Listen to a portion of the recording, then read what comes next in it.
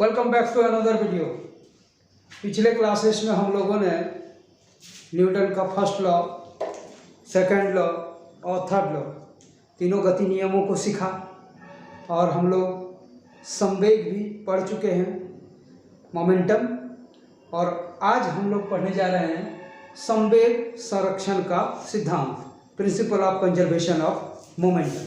तो चलिए सीखते हैं संवेग संरक्षण का सिद्धांत।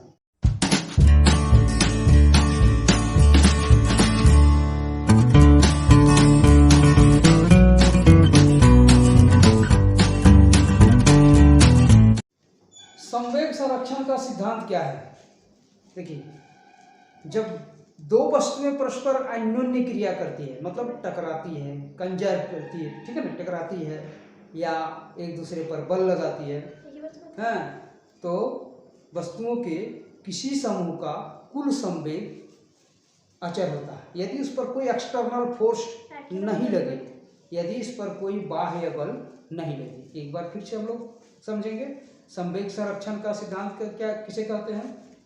जब दो वस्तुएं परस्पर अन्योन्य क्रिया करती है, अर्थात वस्तुओं के निकाय पर यदि कोई एक्सटर्नल फोर्स, बाह्य बल नहीं लगे, तो वस्तुओं के समूह का, पूरे सिस्टम का टोटल मोमेंटम, कुल संवेग क्या होता है?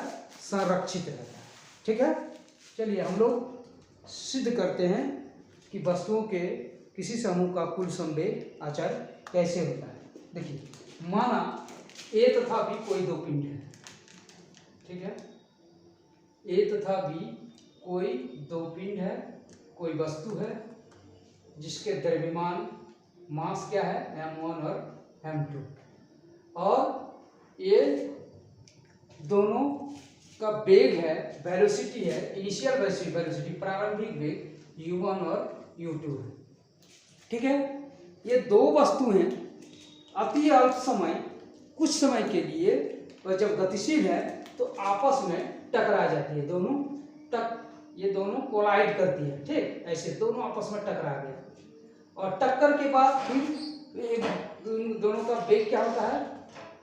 ये वस्तु यही है, दोनों वस्तुएं ए और बी दोनों यही वस्तुएं हैं, मास तो उसका यही रहेगा m1 और m2, और टक्कर के बाद उसका वेग बढ़कर v1 और v2 हो जाता है।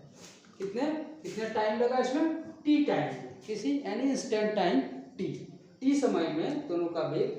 फिर से सुन लीजिए, माना a तथा b कोई दो वस्तु हैं जिसके द्रव्यमान क्रमशः m1 और m2 है, और वे प्रारंभिक वेग, इसका इनिशियल वेलोसिटी u1 और u2 है। ठीक, और अति अल्प समय t में दोनों के बीच टक्कर होता है, और टक्कर के बाद इसके बीच इसका वेग बढ़कर वेलोसिटी इंक्रीज हो जाता है, v1 और v2 हो जाता है। ठीक है, टक्कर के पहले a का संवेग, a का संवेग क्या हो गया? m1 u1। ठीक, b का संवेग क्या होगा? m2 u2। ठीक, और टक्कर के बाद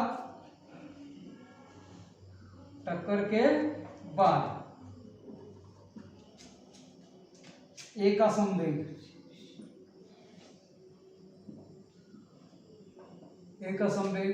इक्वल टू क्या होगा? m1 v1 नहीं होगा, टक्कर के बाद a का संवेग क्या होगा? m1 into v1। फिर टक्कर के बाद b का संवेग क्या होगा? m2 into v2। पहले टक्कर के पहले a का संवेग क्या हो गया? m1 u1, और b का संवेग m2 u2। टक्कर के बाद a का संवेग क्या होगा? m1 v1 और b का m2 v2। a का संवेग क्या होगा? m1 v1 और b का संवेग क्या होगा? m2 v2। ठीक है, कोई दिक्कत? अब देखिए, तब a कितना बल लगाया b पर? तो हम लोग न्यूटन का द्वितीय गति नियम से पढ़े हैं, सेकंड लॉ ऑफ मोशन से क्या पढ़े हैं कि संवेग परिवर्तन की दर आरोपित बल के बराबर होता है। तो a द्वारा b पर लगाया गया बल कितना होगा? a द्वारा b पर लगाया गया बल, a द्वारा b पर लगाया गया बल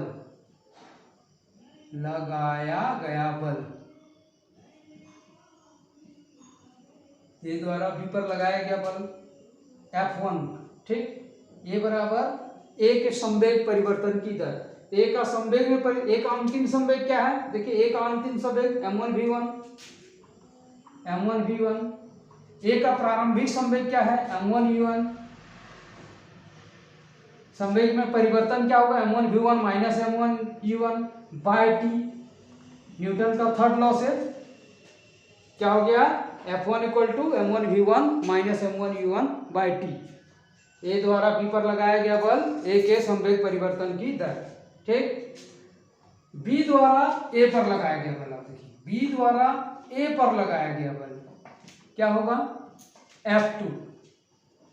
तो क्या होगा बी के संवेग परिवर्तन की दर, बी के संवेग परिवर्तन की दर, तो बी का अंतिम संवेग क्या है m2v2 और प्रारंभिक संवेग बी का क्या है m2u2 बाय टी, ठीक है, न्यूटन थर्ड नियम से। अब देखिए न्यूटन के तृतीय गति नियम से, न्यूटन के तृतीय गति नियम से, तृतीय गति नियम से, देखिए न्यूटन के तृतीय गति नियम से,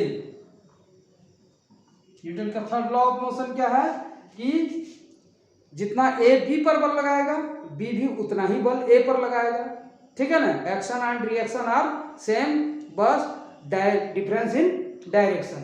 मीन्स क्या हो गया F1 equal to minus F2, ठीक है, न्यूटन थर्ड लॉ से। अब F1 क्या है, देखिए F1 क्या हो गया m1v1, F1 क्या है m1v1 minus m1u1 by t equal to minus F2 क्या है m2v2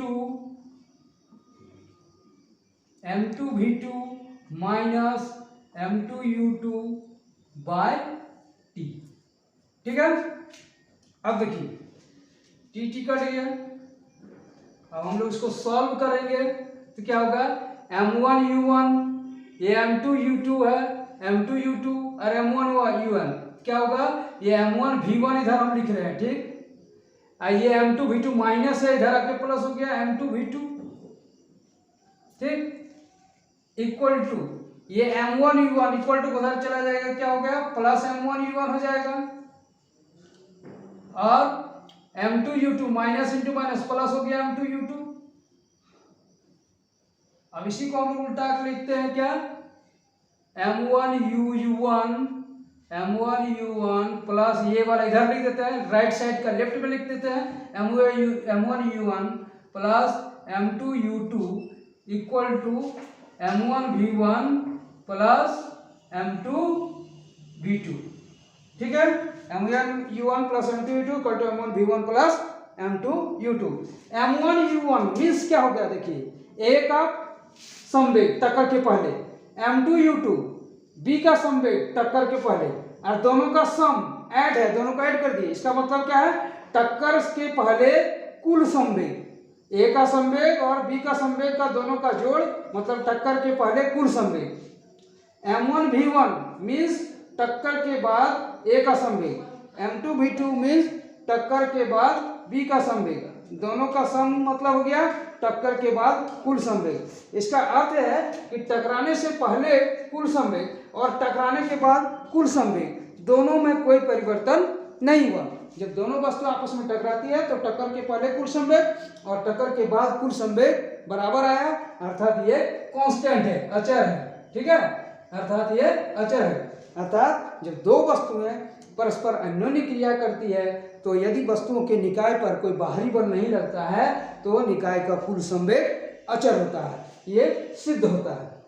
तो इस प्रकार हम लोग आज संवेग संरक्षण के सिद्धांत को समझ गए हैं। यदि इसमें कोई त्रुटि है, यदि आपको और कुछ इसमें जानना है तो कमेंट बॉक्स में लिख के भेजिए कि हमें इस पॉइंट पर समझ में नहीं आया। मैं फिर से अगला वीडियो बनाकर आपको भेजूंगा कि इसमें आपको कहाँ समझ में नहीं आया। और अगर आपको वीडियो अच्छा लगा तो लाइक कर दीजिए और अपने दोस्तों को भी शेयर कर दीजिए ताकि वे अच्छी तरह से इसे सीख लें, समझें। और अगर अभी तक अपने चैनल को सब्सक्राइब नहीं किया, सबसे पहले सब्सक्राइब कीजिए जिससे आपको और भी वीडियो मिलता रहेगा। और नोटिफिकेशन और बेल आइकन को दबा दीजिए, ऑल पर सेलेक्ट कर दीजिए, जिससे आपको नोटिफिकेशन मिलता रहेगा। Thank you.